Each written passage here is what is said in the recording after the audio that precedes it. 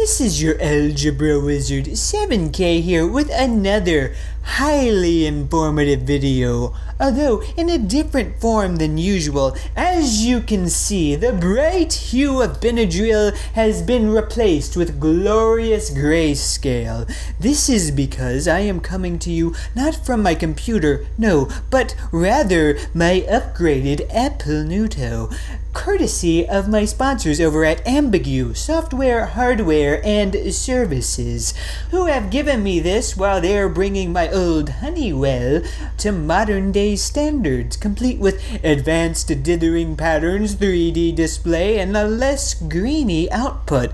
Now, the Nuto isn't quite as advanced, but I can draw on it, which makes it perfect for this, the first of what's sure to be many episodes of Byte Bits, a series of bite-sized videos all about a certain aspect of mathematics that is known for having a little bit of a bite of its own. Aminals. Today's aminal is a snake. That's right, finally, an informative video all about snakes, for snakes, by me, a snake enthusiast. Part 1. How to tell if you're a snake. Does this mouse seem appetizing to you? Do you want to swallow him whole? Well, according to a survey conducted in 2017 by me, 9 of 10 participants that answered yes to those questions were snakes. So, are you a snake? Do you have arms? If not, this is a distinct possibility. Snakes have no limbs or torso, only a head and neck. Snakes are also known for being quite flexible and emphasizing the S sounds in words such as sever, suffer, and sinister. If this describes you, you may be a snake, but before you go out shedding your skin and buying snake pants, consider this.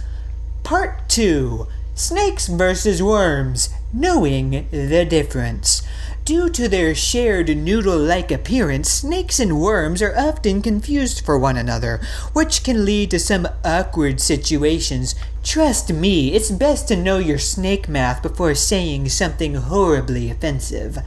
So, over here we have the snakes, and over here we have the worms. Snakes are much bigger. They have scales, teeth, eyes, a brain, and a spine.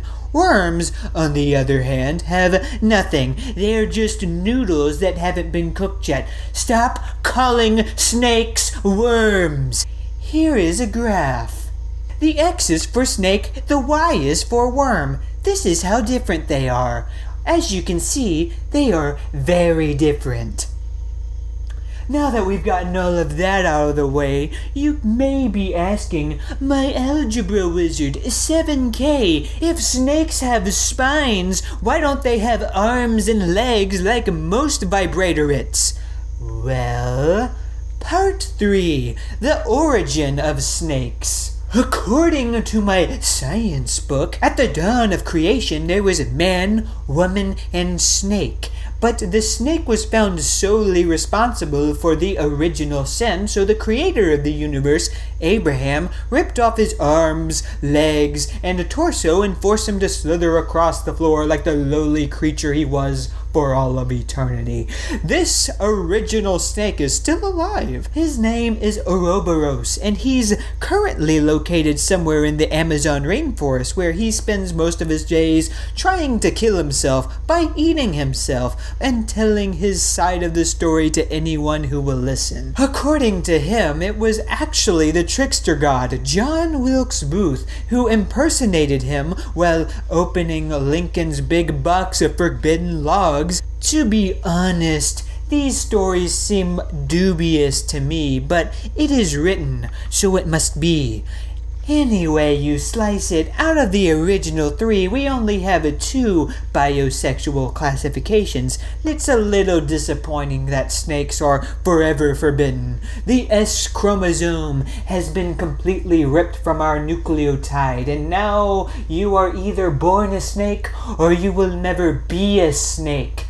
But there is the next closest thing, which is this week's Bite Sized Bite Fact. Did you know that if you eat a snake alive, he will replace your spine, giving you snake powers? This is how one becomes a contortionist. Thanks for watching. I hope this has been of great help to you. And to all the troubled snakes out there, here is the National Snake Hotline. I'm so sorry I couldn't get this video out sooner.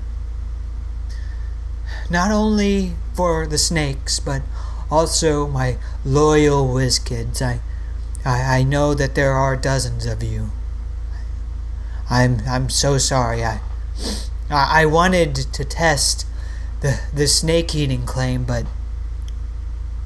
I got stung by a bee and fell down in the woods. I was so weak I couldn't get up. I had to subsist off of the rain and leaves that fell into my mouth. Eventually, after a month, a couple of librarians found me, but I was in an altered state. After all that time, I thought I was a puddle. To anyone facing similar troubles, here is the National Puddle Hotline. Don't be afraid to call.